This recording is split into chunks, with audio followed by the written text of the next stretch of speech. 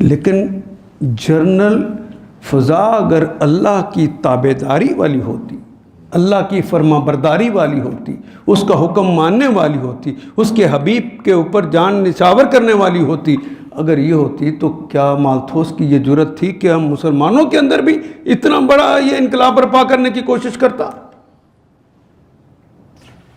اور آج جس کے پاس تھوڑی سی بھی اللہ نے عقل دی ہے، وہ اللہ کی بات ماننے کے بجائے الٹا مالتھوس کی بات مان لیتا۔ بچے دو ہی اچھے، اچھا دو ہی کیوں اچھے؟ زندگی اور موت تیرے ہاتھ میں ہے کہ اللہ کے ہاتھ میں؟ اگر دونوں کو ہی وہ لے جائے پھر بتا تو کیا کرے گا؟ وہ اچھے پھر کہاں گئے؟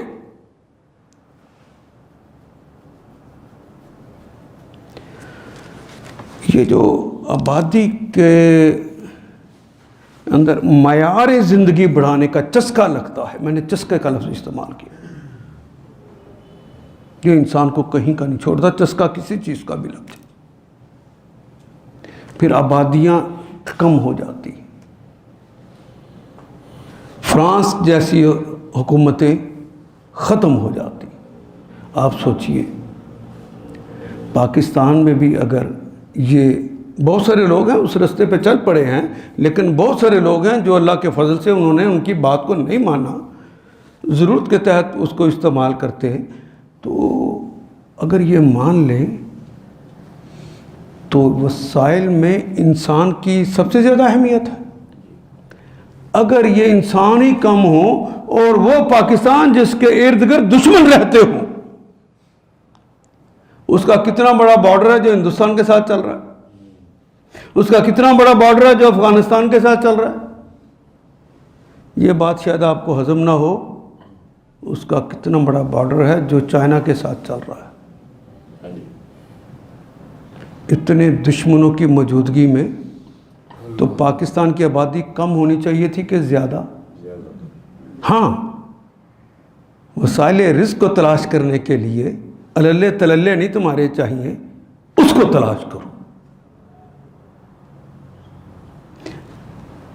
ریسرچ کا کام ہونا چاہیے تھا۔ آج سے کچھ دیر پہلے ریسرچ ہوئی تو ہم نے یہ چیزیں تلاش کر لی۔ اب ہمارے ساتھ سلوک کیا ہے ذرا غور کیجیے۔ پہلے ایک اسکالر کوئی اپنی ریسرچ لکھتا،